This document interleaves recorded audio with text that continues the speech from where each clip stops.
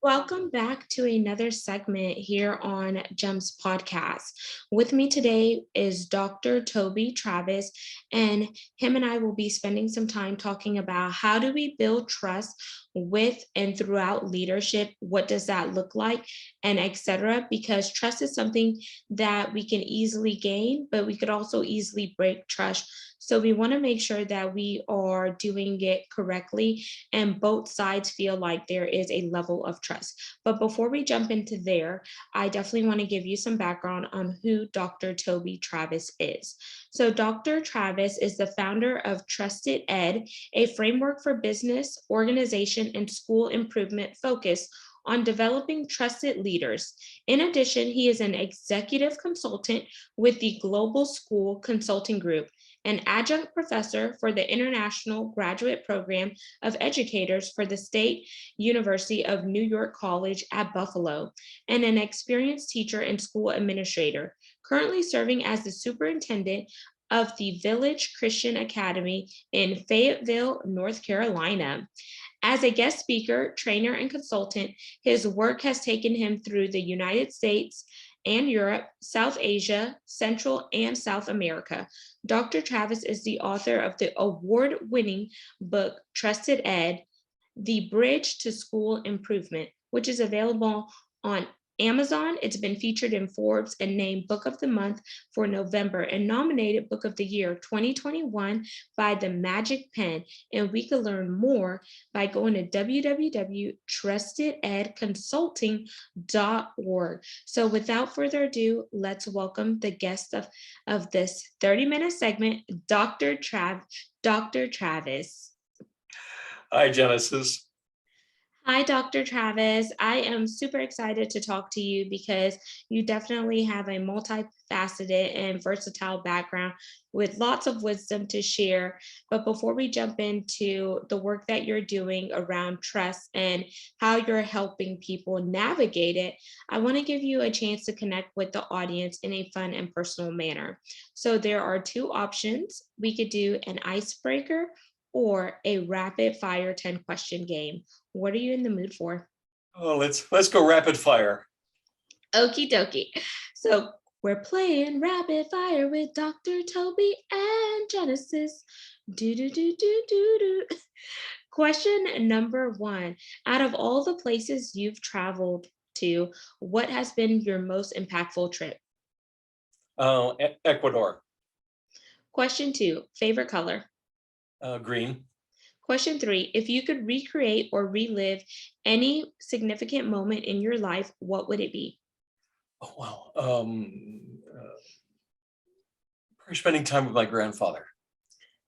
Question four, what is one piece of advice you wish someone would have told you early on in life?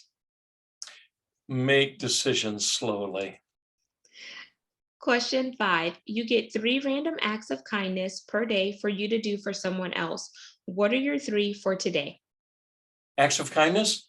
Buy somebody's groceries, fill somebody's gas tank, and do the dishes. Okay. Question 5. I know you are married. So, what is one piece of advice that you would give to someone who is either thinking about marriage in the beginning stage or they're a novice, but they just need to keep those flames going? Always date your wife. Yes, I agree with that. Question for question 6, right? Keep me honest here. Question 6.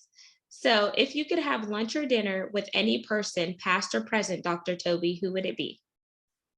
Ooh, just one? Jesus, Abe Lincoln. Can I get one more? Sure. Jim Collins wrote Good to Great. I'd love to have a conversation with Collins. Question 7. As an author, what was the easiest piece of your book to write and what was the hardest? So 2-part there. Well, easiest part actually was a lot of the illustrations because they just come straight out of life and experience.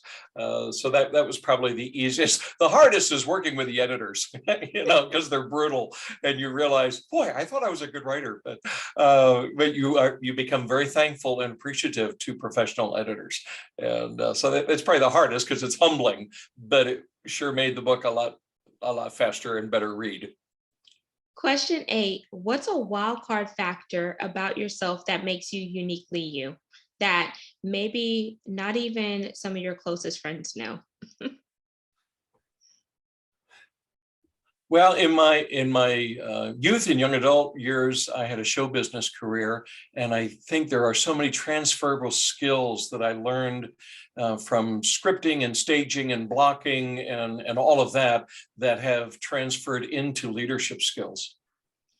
Question 9, what led you into the education space? Teachers. Teachers. And the modeling of and the impact that teachers had on me. Yeah. And question 10, it's our pass or play question, and here are the rules. If you pass, our roles are reversed and you get to ask me a question. If you choose to play, I ask one last question to wrap up rapid fire. So do you want to pass or play? Oh, let's play. Okay, last question.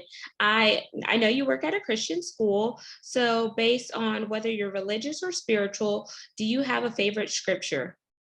Oh, I have lots of them, but Psalm 33:3. Sing to the Lord a new song and play joyfully and skillfully. Amazing, and thank you for playing rapid fire, Dr. Toby.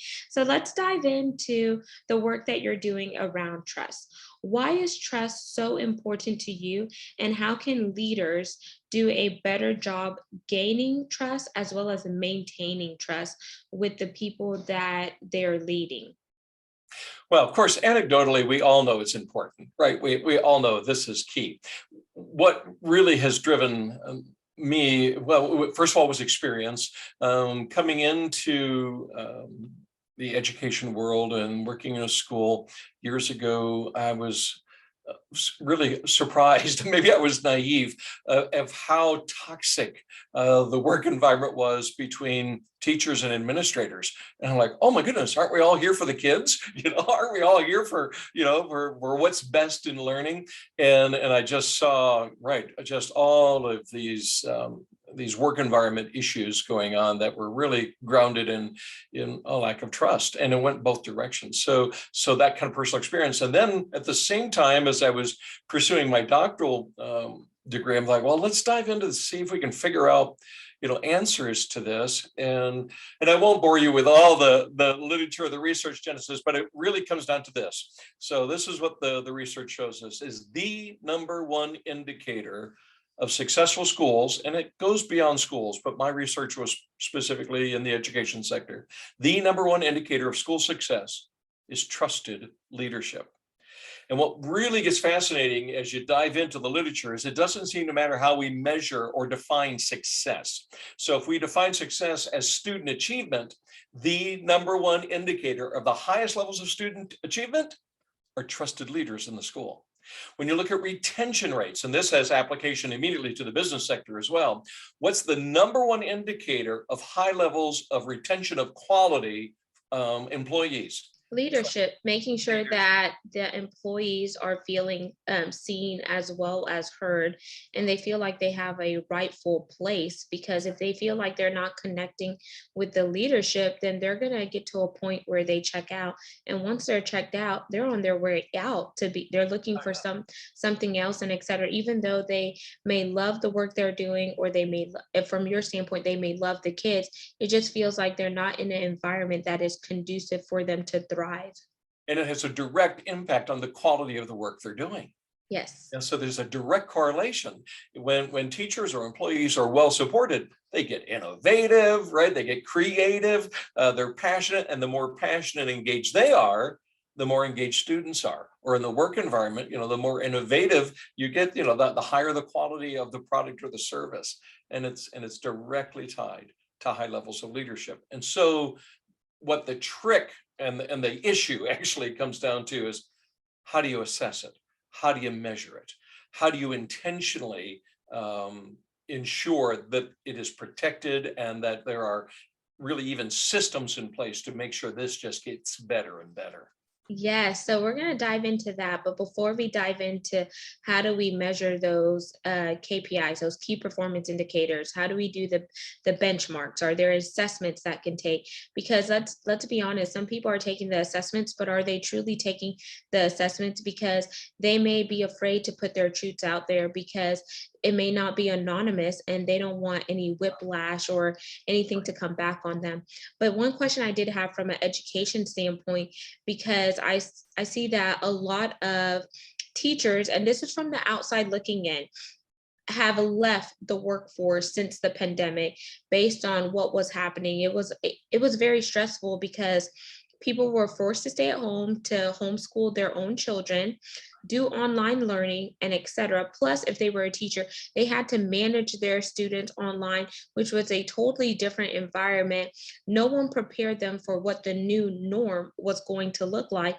And then you had so much of the leaderships as well as external factors weighing down on them, asking them a bunch of questions when they're just like us, like the parents and people on the outside. They're just trying to figure it out themselves. So then we see that teachers have left the industry. They're trying to find substitutes. Substitutes may not want to work because the pay is so low, even though they may have a degree or etc.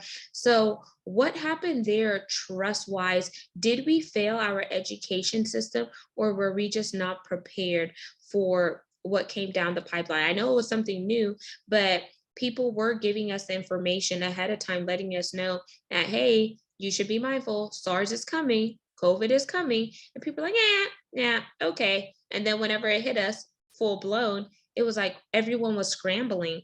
And no matter what your socioeconomic status was, no matter your level of education or whatever the case may be, we all had to hit that reset button and we all had to go through some form of pivot. Absolutely. And really, I think you identified two elements there, and both were true, right? So we were not prepared. And certainly not prepared for the length of time that was going to be involved. When we had that initial shutdown in the spring of 2020, I think everyone was kind of hoping at the time, well, we'll get through this, and by the end of summer, we'll be back to normal. Of course, that is not what happened. And so, right, we were not prepared. And even I think back to even the advanced courses that the school administrators go through.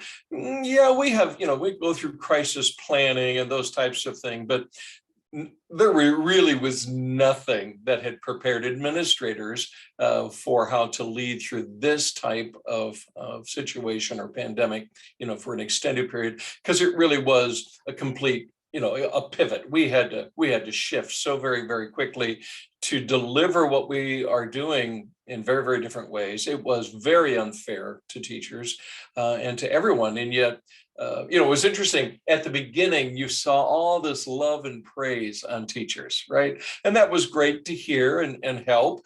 And it was encouraging. But boy, that sure has not continued. Right. And we have not seen things get better. And something else, Genesis, to keep in mind is the employment shortage. It was exacerbated by the pandemic, but this is nothing new. So we have been graduating fewer and fewer education majors and qualified teachers and school administrators. No one's pursuing those jobs. Well, that's an exaggeration. Fewer and fewer people are pursuing those jobs. For example, I now in the last umpteen years, I've been doing trainings of school principals and superintendents, and I think of a training right before the pandemic I was doing for a group of administrators was sponsored by University of Pennsylvania. We probably had about 100. These are public school administrators in a room, and I said, "Okay, how many of you? It was your endeavor. It was your ambition when you were in college or grad school to become a school administrator." No one raises their hands, right? So Let's talk about that really quick there, because you said no one raised their hands. And I wonder, is it because what administrators and teachers do gets undervalued and underrated, or is it tied to the monetary gain? Because they do a lot. My sister-in-law is a teacher. She teaches elementary. She does have a master's degree, but right now she really likes teaching the classroom. And I think she's actually going to shift to either writing curriculum or doing something else. I can't remember what she said, but I was like, oh my gosh, I commend you for the work that you're doing, because even though we live in a well area, her school is, I think, a tier 1 school. And I had no idea that in our school district that is ranked high, that there was a tier 1 school with minority kids. And some of those are like rough kids. And she was telling us that they put the rougher kids in her classroom because they know that she can handle it. And I guess maybe because she is a foreigner and she's married to an African American man who identifies as that, or what the case may be. But it's like kind of disheartening to hear some of the stories that she tells me. And I'm not going to share them because, that's confidential between my sister-in-law and I. And I was like, oh my gosh, I can't even imagine doing that. And then whenever you call the parents, sometimes the parents aren't receptive, but it's not up to the teachers to be the teachers, the parents, and etc. And then whenever you bring that to leadership, they tell you, oh, you can't say this, you can't do that. So where do the teachers feel protected if no one is listening to them? I just wanted to plug that there because I was like, no ham, no cheese, no turkey. I will stick in oil and gas. Because even when I got laid off, she's like, maybe you should go into teaching. Like, if you just do this, you could become a teacher because you already have a back. I was like, I love students, but I'm not going to tolerate disrespect because someone does not know how to manage their own child at home. But that's me. You just identified about 15, core issues and problems that have gone on. And again, the pandemic has just exposed it all the more. And certainly the education system has been in need of reform for decades. It is now forcing it. And, that's the good of this. So, we can get all kind of, oh my word, the school system is crashing. Yeah, it is. And it's long overdue. It's time to crash. It's time to reinvent.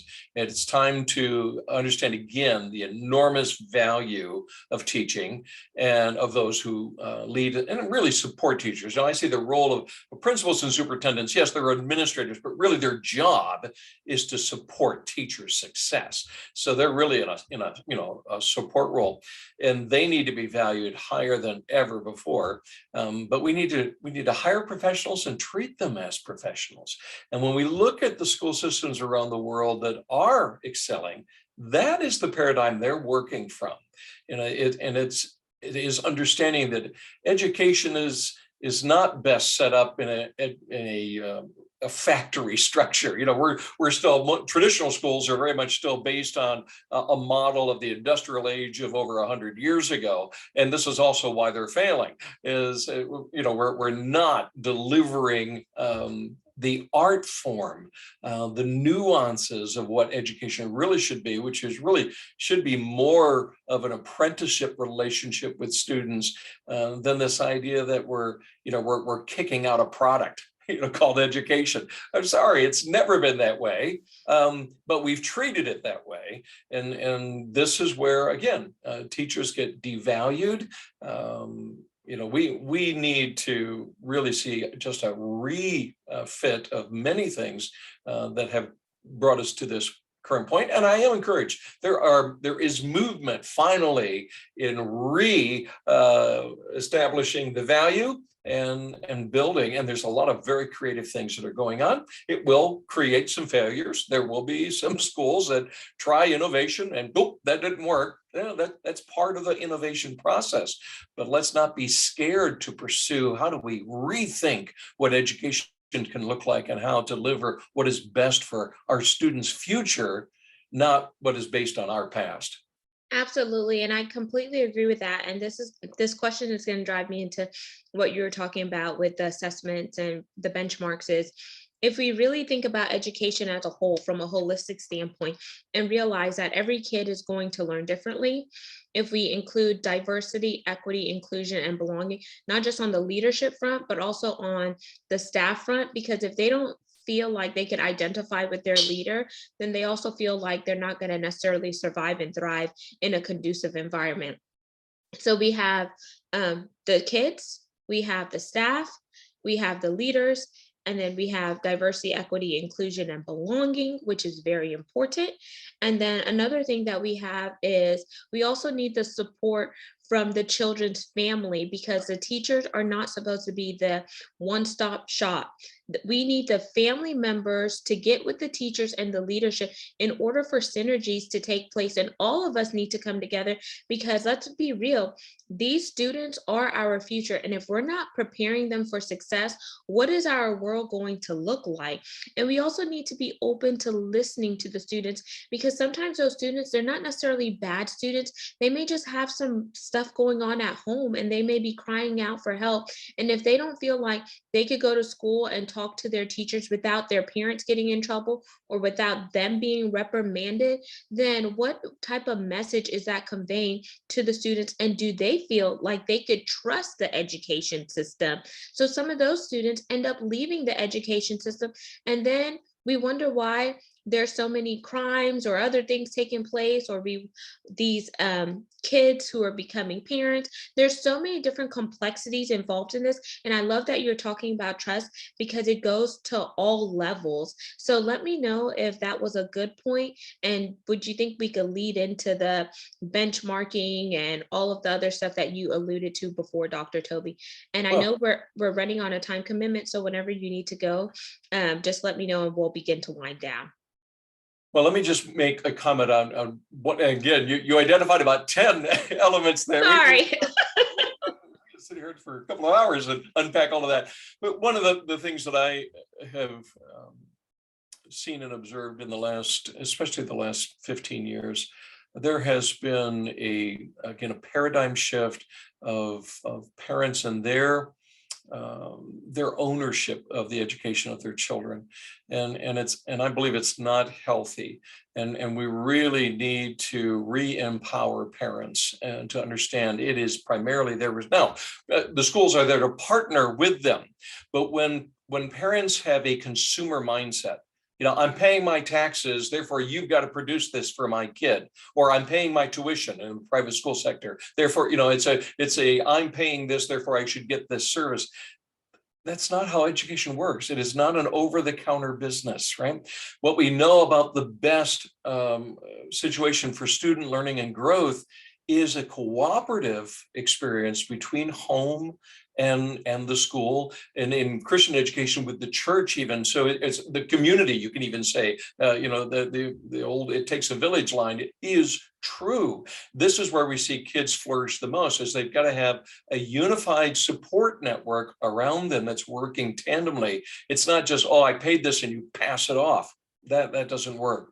And then to segue to, well, what do we do about it? Well, we've got to get to the root issues. There are so many issues and so many problems. So we got to get down to, well, where do we spend our time and effort and energy and investment to make the biggest difference? And it does come down to trust. 70% of school initiatives, and your business listeners, 70% of entrepreneurial activities, 70% of business improvement initiatives fail every year. That stat has held and it's continuing. In fact, in some sectors, they'll say it's even higher. So then you look at, well, why are all these initiatives failing? And you get into the research, and what you find, it's all about execution.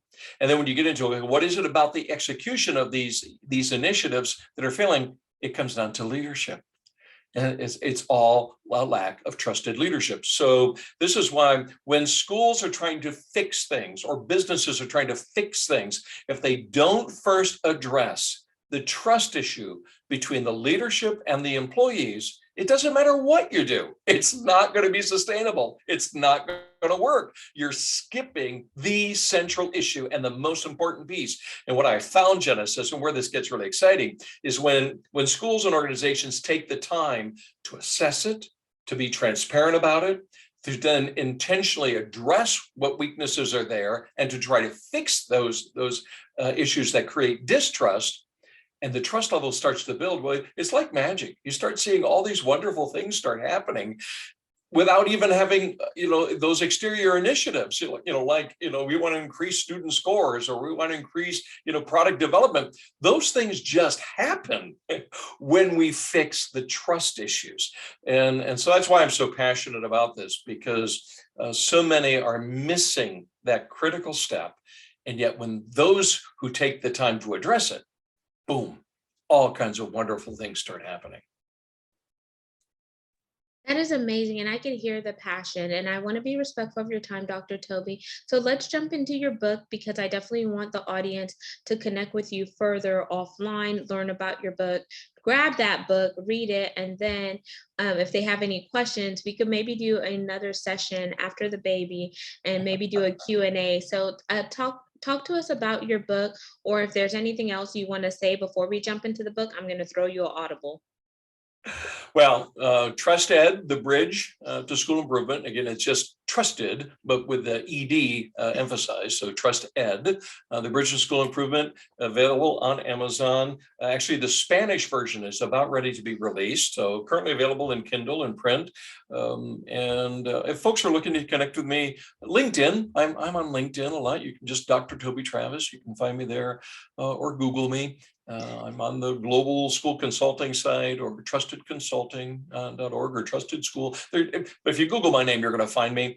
But yeah, please pick up a copy of the book, share it with teachers, administrators, but also I've been getting a lot of great feedback, and why I think Forbes picked it up and ran with it. It's resonating with business leaders. The examples in the book obviously are all education sector based, but the principles of assessing, developing trusted leadership, they're universal. Amazing. And anyone can learn how to assess and develop trust. And I think, like you said, since it's universal, um, that also makes it a good book for like a book club, whether you're in the corporate sector, you're in the education sector, or whatever. And then you all could bring your ideas together and talk about it. And for those of you listening who are in the business world, entrepreneurship, and etc., maybe you could grab this book, have a book club, and do some form of team building. And then maybe you could do a exercise around trust to make sure that your team feels like you trust them, as well as vice versa, and then kind of see how that goes. Maybe that's just an idea for those of you listening. Dr. Toby, what's your call to action for the audience today, outside of grabbing a copy of your book? Do you have a challenge for them, or anything that can jumpstart that spark or ignite those flames? Well, there's all kinds of kind of practical steps that I talk about in the book. One of the steps that has been resonating with a lot of folks, especially as I'm consulting or mentoring a leader, is pull out your employee handbook and start scanning through it, your policies, and see how many of these policies were created based on assumption of distrust. And then talk with your team about how could we modify this policy to assume we're going to trust our employees. Because what we've learned through the research is the more we extend trust, the more we are trusted. And one of my common challenges is, if you've got to have so many policies in place to keep your employees accountable, well, then you're going to ask if you hired the right employee. Right? If you don't trust them to do the work, well, why'd you employ them? And what we have found, when there are high levels of trust, it's actually cheaper to run your business. It's more cost effective to operate your school in work environments where there's high levels of trust. So a call to action might be, let's pull out our policy manual and just spend some time looking through, put on the lens of, okay, what is the assumption of trust in this policy, and look and consider how you might be able to increase the level of trust and relationship in your workplace. It's, if I can be of help, my side gig is consulting and mentoring. And if I can help anyone who, this resonates, we've got trust issues in our workplace or in our school, and we need some guidance. This is what I love to do, passionate about it, and I'm very, very fortunate to work with some amazing and gifted people who are being very transparent and humble, in that they recognize, we've either blown it, or we've inherited a situation where there's levels where trust has been broken. How do we fix it? Well, the good news is we can fix it. We but we need to be intentional about it. Amazing. And thank you for sharing that, Dr. Toby. Audience, all of Dr. Toby's contact information will be in the show notes. So his website, and he's primarily on LinkedIn. So I will link that. Make sure you like, comment, subscribe, and follow. We're on 40 plus platforms, audio, and this recording will also be in a video format on our YouTube channel. So you can find that by going to GEMS with Genesis Amaris Kemp. And lastly, but not least, where would I be without my supporters? You know, I only think about you. We are currently ranked in the top 2% globally out of 2.8 million podcasts, and I wouldn't have been able to do it without you. We are a community, and this is your show just as much as it's my show. So thank you for supporting the subject matter experts that I bring into the community, as well as our mission to drive content that is educational, inspirational, and motivational, while we also bridge the gap of diversity, equity, inclusion, and belonging. We are looking for brand sponsors. Spaces are limited. This is paid sponsorship. So you can find more info by going to genesisamarisKemp.net or sending me a personalized email to genesisamarisKemp@gmail.com. So until the next segment, next guest, peace, love, and lots of blessings. Have yourself an amazing day.